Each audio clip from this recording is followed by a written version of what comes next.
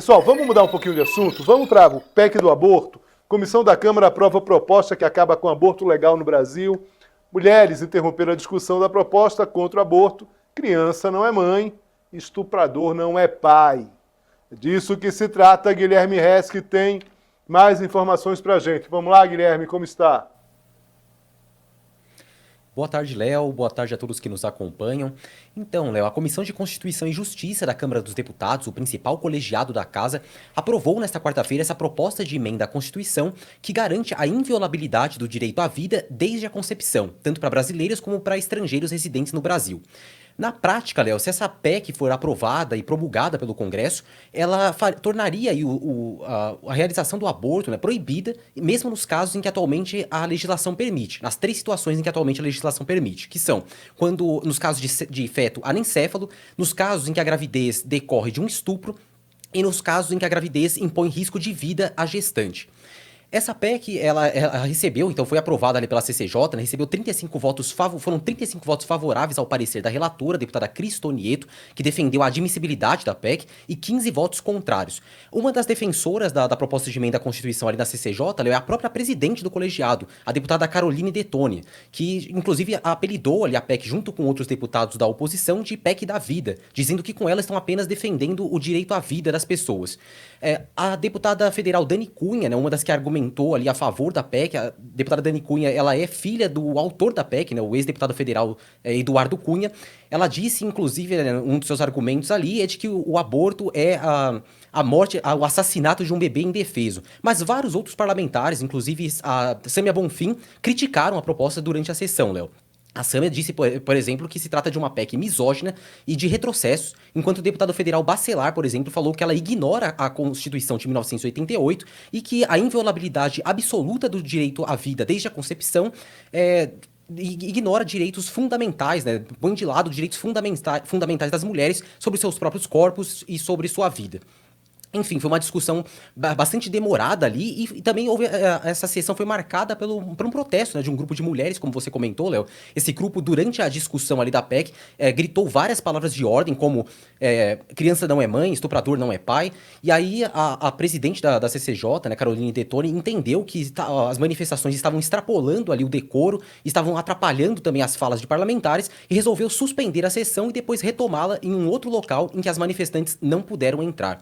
Enfim, no final houve a aprovação. Essa PEC agora ela segue para uma comissão especial que vai analisar o mérito do texto e aí, se for aprovado nessa comissão especial, ela vai para o plenário da Câmara, onde precisará de pelo menos 308 votos favoráveis em 2 turnos de votação para ser aprovada pela Câmara e então seguir para o Senado, Léo.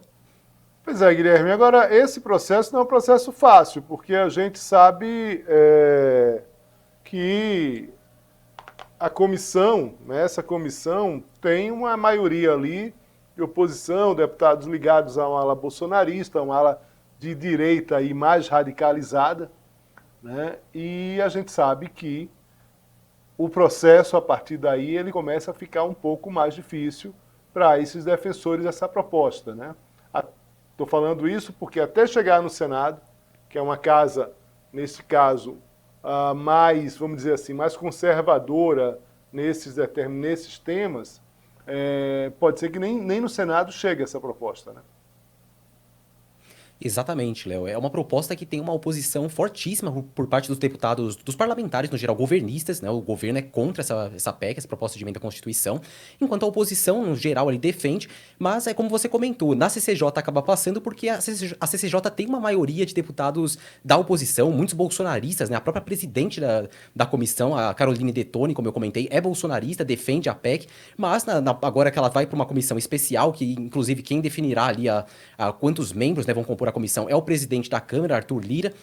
Aí começa de fato a complicar um pouco a tramitação. Se for composta a comissão por muitos deputados governistas, a gente pode esperar que ou ela vai ser alterada, ter todo o seu mérito alterado ali, ou de fato vai ser rejeitada pela comissão especial. E a mesma coisa no plenário. Podemos esperar uma rejeição, uma oposição muito forte, né, por parte dos governistas, de outros parlamentares também mais de centro, né? Enquanto, claro, a oposição vai continuar fazendo ali a sua defesa dessa PEC, chamando de PEC da vida, mas realmente, diferentemente do que ocorreu na Comissão de Constituição e Justiça, a gente não pode garantir que será aprovada, Léo.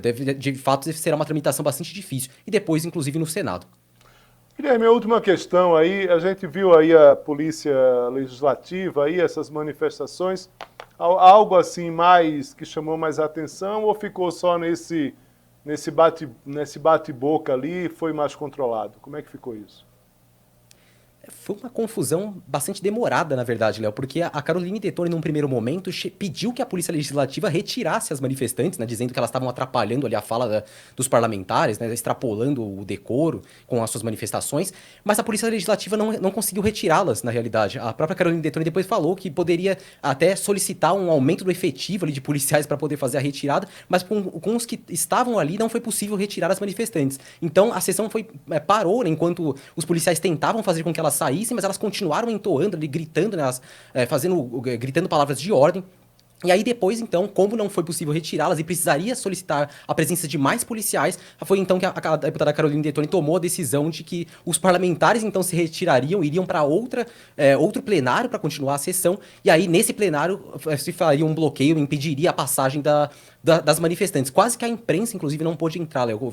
Houve até uma discussão ali, quando a sessão foi retomada, de se a imprensa poderia entrar, porque, na verdade, a Caroline Detoni, no primeiro momento, estava permitindo apenas deputados e assessores. Mas aí os governistas ali criticaram, falando que se tratava então de uma sessão secreta, bateram um pouco ali com a presidente da CCJ, e aí ela autorizou pelo menos a entrada dos jornalistas, mas realmente a sessão continuou sem a presença das manifestantes, Léo. Muito bem, Guilherme Resch, muito obrigado aqui pelas informações, obrigado pela presença, forte abraço para você, bom trabalho. Obrigado, Léo, um bom trabalho.